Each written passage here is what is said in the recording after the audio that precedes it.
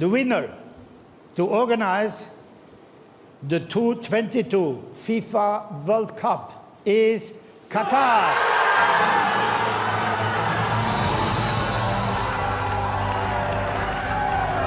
$6.5 billion used in construction of 7 stadiums and renovation of an 8th arena.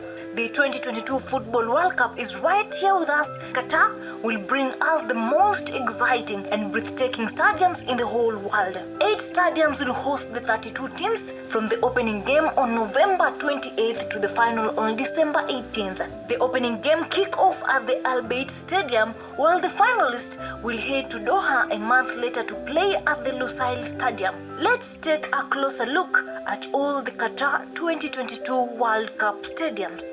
The Lusail Stadium, officially Lusail Iconic Stadium, will be the centerpiece of the Qatar World Cup. It is the biggest stadium available and features cooling system to help combat the local climate, drawing power from a solar farm outside the city. This is where the World Cup final will be played, as well as number of group fixtures and one game from each of the knockout rounds before December 18. It is situated 50 miles north of Doha and served by both the metro and match day buses from Doha. Lusail is very much still a city in development, which plans ultimately to develop an infrastructure that could support more than double the current 200,000 population. This is the group stage fixtures: Argentina versus Saudi Arabia, Brazil versus Serbia, Argentina versus Mexico, Portugal versus Uruguay, Saudi Arabia versus Mexico, and Cameroon versus Brazil.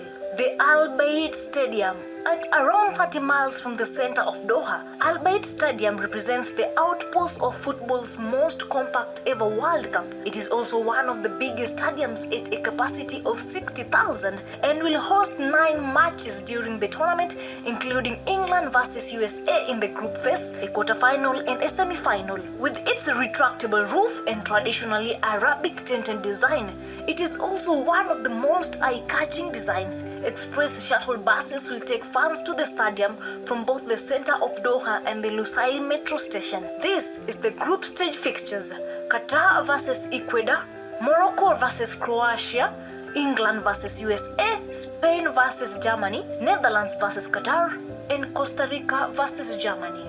Education City Stadium, which was opened on June 15, 2020. The Education City Stadium is built as one of the world's most environmentally sustainable stadiums. It is surrounded by the Qatar Educational Institutes, which will continue to use the stadium after the tournament closes. The stadium has already hosted matches in the Qatar Stars League and the World Club Cup, and Education City, which will host 7 World Cup matches up until the quarterfinals. Its capacity will be reduced to around 25,000 after the tournament. Situated on the edge of Doha, the stadium can be accessed on the metro line. This is the group stage fixtures: Denmark versus Tunisia, Uruguay versus South Korea, Poland versus Saudi Arabia, South Korea versus Ghana, Tunisia versus France, and South Korea versus Portugal. Stadium 974, situated just 5 kilometers from the airport and overlooking the seafront, the ideal match venue for those fans who might be heading in and out of Doha on a match day while staying elsewhere in the region. The name comes from the 974 shipping containers that were used to construct the stadium, and with a 40,000 capacity, it will host matches up until the last 16. It will be dismantled after the tournament, making it the first temporary venue in the world.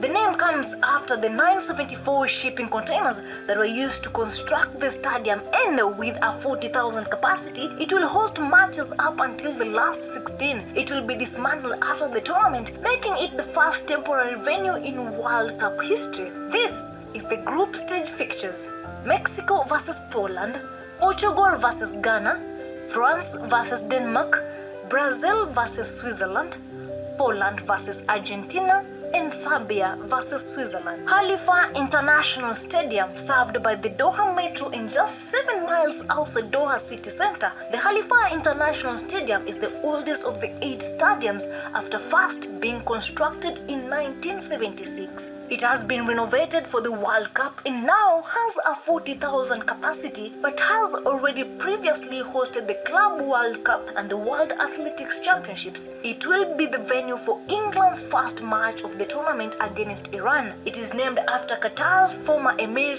Khalifa bin Hamad Al Thani and has been the home stadium for the national team since its construction. This is the group stage fixtures: England versus Iran, Japan versus Germany, Netherlands versus Ecuador, Croatia versus Canada, Ecuador versus Senegal, and Japan versus Spain.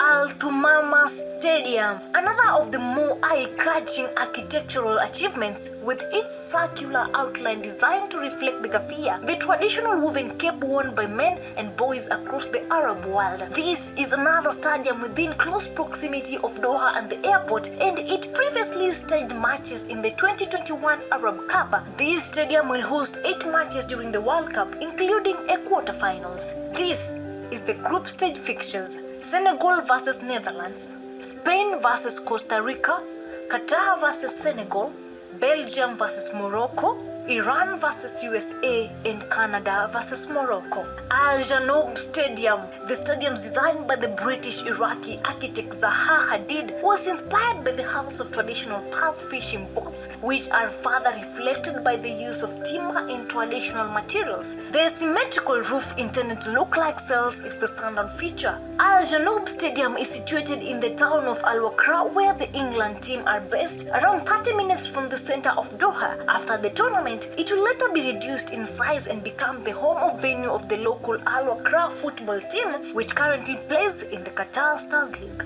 This is the group stage fixtures: France versus Australia, Switzerland versus Cameroon, Tunisia versus Australia, Cameroon versus Serbia, Australia versus Denmark, and Ghana versus Uruguay.